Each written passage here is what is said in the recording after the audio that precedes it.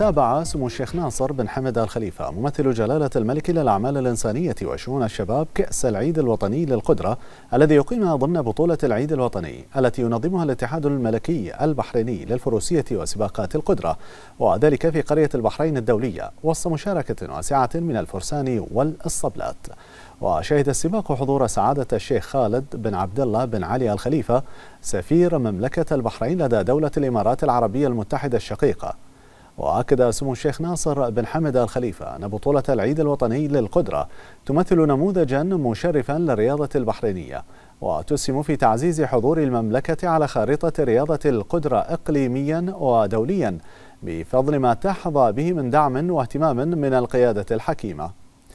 وأضاف سموه أن رياضة القدرة في مملكة البحرين تشهد مسيرة ناجحة ومتواصلة من التطور والإنجاز نتيجة العمل المؤسسي والدعم المستمر للفرسان والكوادر الفنية والتنظيمية، مؤكدا أن ما يقدمه فرسان البحرين من مستويات عالية يعكس حجم الجهود المبذولة في إعدادهم وتأهيلهم وفق أعلى المعايير.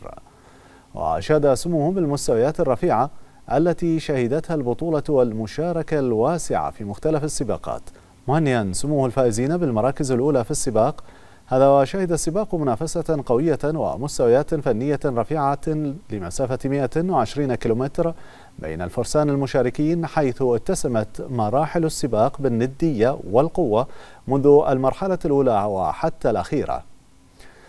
وفي ختام السباق جرت مراسم تتويج الأبطال الفائزين بكأس العيد الوطني للقدرة وسط أجواء احتفالية عكست فرحة الإنجاز، حيث حقق فريق فيكتوريوس المراكز الثلاثة الأولى بجدارة واستحقاق بعد مستويات بارزة طوال مراحل السباق، إذ توج بطلا للبطولة الفارس الشيخ محمد بن مبارك آل خليفة. وجاءت الفارسة الإماراتية عائشة بدر النقبي في المركز الثاني، والفارس عيسى حميد العنزي احتل المركز الثالث.